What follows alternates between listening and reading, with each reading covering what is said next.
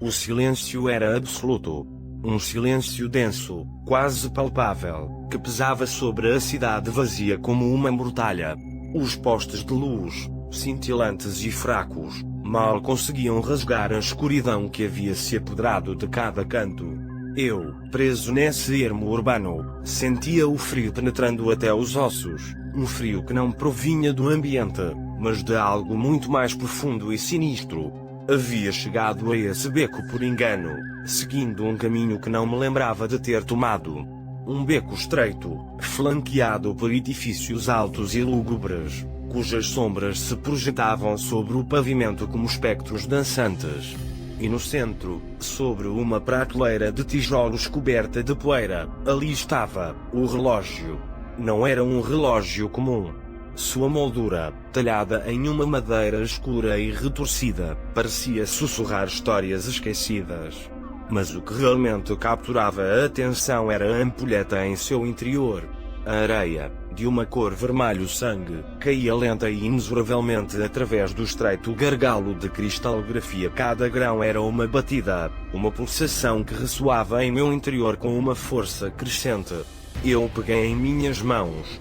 O cristal frio e liso contrastava com a madeira rugosa e quente.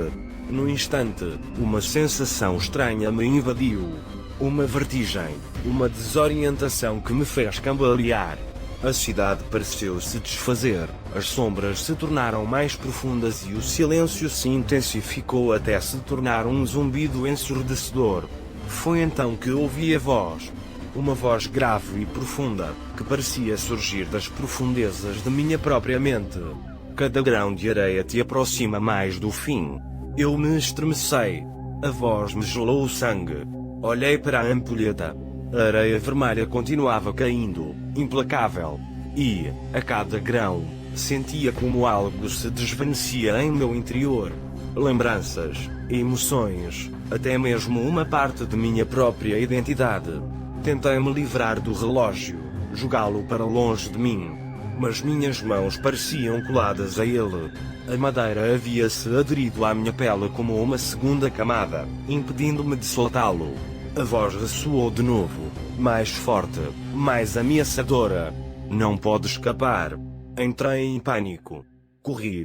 Corri pelo beco, tropeçando em escombros e pedaços de cristalografia. Olhei para trás.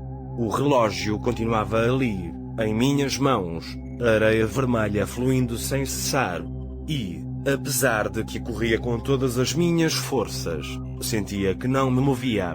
O beco parecia se esticar infinitamente, prendendo-me em um pesadelo recorrente. Cheguei ao final do beco. Ou ao menos, isso acreditava. Porque em vez de encontrar uma saída, me encontrei de novo no mesmo ponto de partida.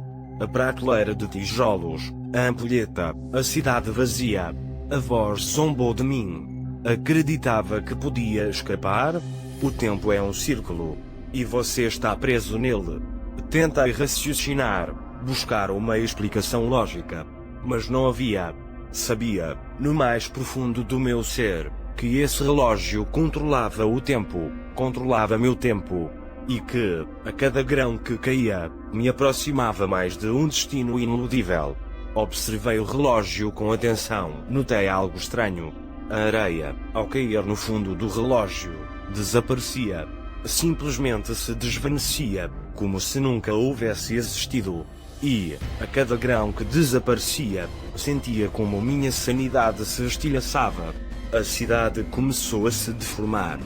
Os edifícios se inclinavam, as sombras se retorciam, o silêncio se rompia com ruídos estranhos e guturais. Vi figuras que se moviam na periferia de minha visão, seres grotescos e deformes que pareciam surgir de meus piores pesadelos. O tempo se decompunha.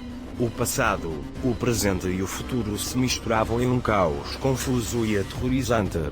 Recordava fragmentos da minha vida, mas não podia distinguir se eram reais ou produto da minha imaginação. Sentia o peso de anos que não havia vivido, a dor de experiências que não havia sofrido. A voz se fez mais forte, mais próxima. Já não era uma voz dentro de minha cabeça, mas uma presença palpável, uma entidade escura e ameaçadora que me rodeava. Está perdendo a sanidade. Está perdendo o tempo. Está perdendo o seu ser. Olhei minhas mãos. Estavam envelhecendo a uma velocidade vertiginosa. A pele se enrugava, os ossos se tornavam frágeis, as unhas caíam. Sentia como o meu corpo se murchava, como minha vida se extinguia. De repente, recordei algo. Algo importante. Uma lembrança longínqua, enterrada no mais profundo de minha memória. Recordei como havia encontrado o relógio. Não havia sido por engano. Havia sido intencional. Havia estado buscando algo que me havia prometido que mudaria minha vida. O relógio. A ampulheta infinita. Um artefato lendário, capaz de controlar o tempo e outorgar a imortalidade. Mas também capaz de destruir a mente e a alma de quem o possuísse. Havia desejado o poder. Havia desejado a imortalidade. E agora, estava pagando o preço. A areia vermelha estava a ponto de se esgotar. Só restavam uns poucos grãos na parte superior do relógio.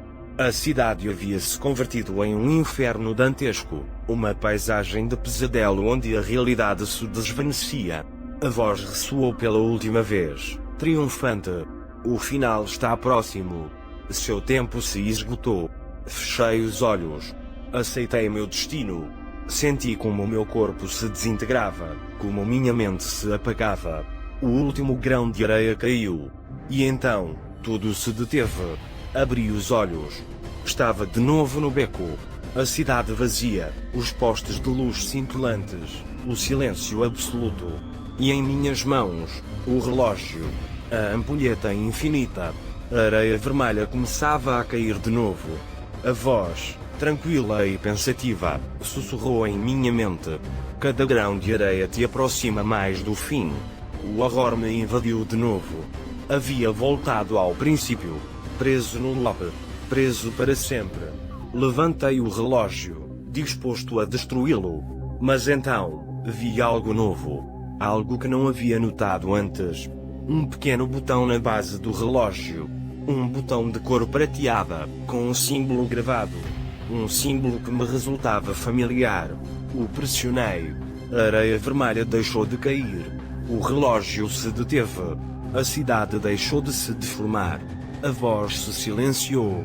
E, pela primeira vez, senti uma sensação de controle, de esperança. Talvez, só talvez, havia uma forma de escapar. Mas para descobri-la, teria que jogar o jogo do tempo uma vez mais.